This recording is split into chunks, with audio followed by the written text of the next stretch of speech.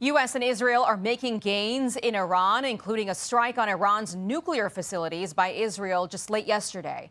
This comes as an Iranian retaliatory missile attack on a military base in Saudi Arabia injured at least 12 Americans, 2 of them seriously hurt. Our Fox News senior correspondent Mike Tobin is live in Tel Aviv with the latest on all of this. Hi, Mike. And Aisha, the president says Iran is decimated. Secretary of State Marco Rubio says the regime is weak and getting weaker. Still, what Iran has the ability to do is fire missiles into Israel, and they do that every day. Today, a couple of missiles got through the air defenses and struck a collective farm outside of Jerusalem. The initial reports came in of a single missile strike. And what I want to show you behind me here is one crater behind me. And there's an excavator working right now. There's a second big crater here. So clearly we had 2 missile impacts. Witnesses say there were one after the other. We have had so many of these cluster bombs in recent days where they drop off bomblets with 10 pounds of explosives. Clearly this is something more than that. In recent days we have seen some of these missiles come in with 100 kilograms or 220 pounds in the warheads. This seems to sync with that. It's not one of the big 1,000-pound warheads. Still, it's powerful enough to take out all the windows of the surrounding buildings. If you look behind me here, there's a junkyard for cars there. One of the cars is tipped up. All of the windows are blasted out of that. So the IDF is investigating right now with the missile fire to the south of Israel. The Houthis have now joined the fight after sitting on the sidelines for a month. The IDF says Houthi rebels fired a ballistic missile and a cruise missile. Both of them were intercepted, not resulting in any injuries. But the complication of the Houthi rebels getting involved in the fight is they can now complicate shipping to the southern end of the Red Sea and the Bab el-Mandeb. And you know you already have difficulties with shipping through the Strait of Hormuz. Yeah, we do. Aisha, back to you. It's a big problem. Mike Tobin, thank you very much. Yeah. It became quite clear during these meetings with the Iranian negotiating team that we could not make a deal that fulfilled your objectives of the following. No enrichment whatsoever. We heard they possessed enough 60% enriched material, 460 kilograms, to make 11 atomic bombs. So the U.S. is exhausting all efforts in trying to get to a peace deal with Iran as the president weighs sending 10,000 more troops to the Middle East. Iran, however, has rejected the U.S. peace plan as one-sided and issued its own proposal saying that we will decide when the war ends. For more, let's bring in Fox News contributor and former Secretary of State Mike Pompeo, who knows a lot about how Iran works and operates. Secretary, thank you so much for joining me. Yeah, should be with you this morning. I want to start with this peace proposal. Iran has obviously rejected the White House's offer. They say that they want control of the Strait of Hormuz. There's differences when it comes to enrichment. So where does that leave us at the moment? Actually, look, it leaves us exactly where President Trump has indicated. We're going to win this. We're going to defeat the Iranian regime such that it can't continue to threaten the world. You see, you just saw the report of Houthis. We can celebrate this as an Iranian effort to control the entire Middle East.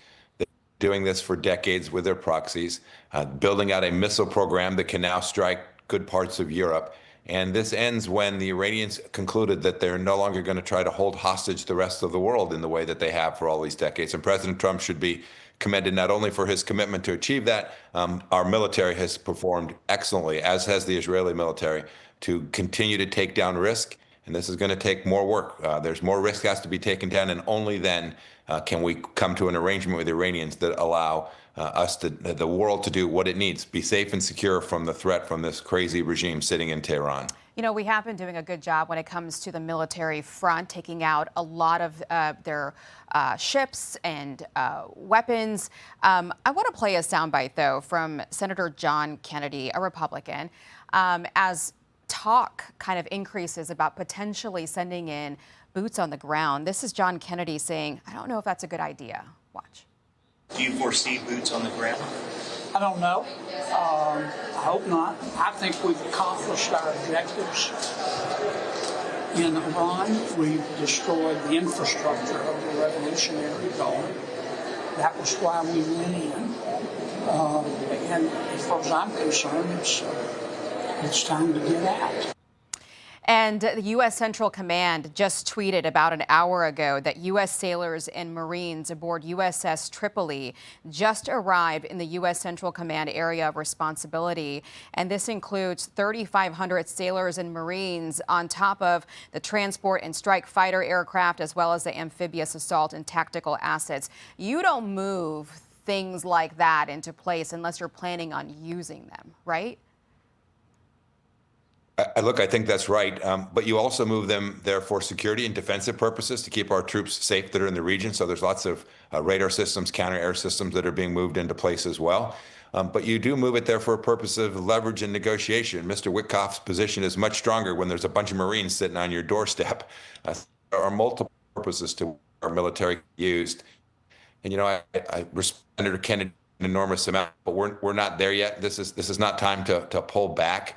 They still have systems. You can see they're still able to fire rockets, missiles, not only from the Houthis and from Hezbollah in Lebanon, but directly from Iran, threatening our allies in the region, the Gulf states, the Emirates. We need to take down this system entirely. It's not enough to get 60 or 70%. We've got to completely eliminate their capacity to deny any right to simply sail through internet waterways. We can accomplish this. I'm confident we can. And if we need to use our Marines to go accomplish a particular objective for a short period of time, that seems like something that President Trump is preparing to do.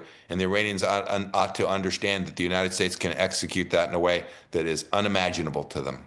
Can I talk to you about the leadership in Iran? It's been a question for a long time, who we're talking to, who's actually in charge. And the president has said that the first level of leadership has been wiped out. Perhaps even the second level of leadership. These are the notable Iranian leaders that we have eliminated so far on the screen there. There's been a lot of talk about Iran's parliament speaker. He's sort of emerged as a potential figure that the president might want to talk to when it comes to a peace deal. Can you think of anyone in this regime that the U.S. could work with? I mean, this is a regime that's tried to kill you. Yeah. Asia, look, I hear former National Security Advisor for President Biden, all the Obama team, they talk about moderates in Iran. I've never seen one.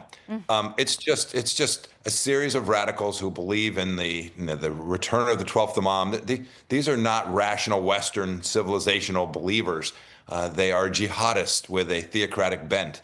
And so I hope there's someone there inside of Iran or from the outside who can go back in, who can deliver for the Iranian people a set of leaders that aren't determined to destroy Israel, wipe it off the face of the map, and then harm us here, the great state in the United States. But if you ask, Michael, what's the name? We dealt with Rouhani and the foreign minister, president of Iran during our time. These weren't moderates, in spite of what the New York Times and the Washington Post wanted to tell you. These are radicals who wanted to eliminate all of us. And we ought not kid ourselves to think that we now are going to uncover a stone and all of a sudden Thomas Jefferson's going to pop up in Iran. I haven't seen it. I hope we find that person, and the Iranian people are going to have to help generate who that next set of leaders will be when the time is right. Well, it seems the Iranian people are terrified that they might die as well. I mean, the president was talking about it with the Five earlier this week, that, people are watching their friends and protesters to the left and right of them get shot in the head. People don't want to come out and protest. So we'll watch and see how this goes and where these negotiations go. Secretary, thank you again very much for joining me. Great to see you. Great to be with you. Have a great day. You too.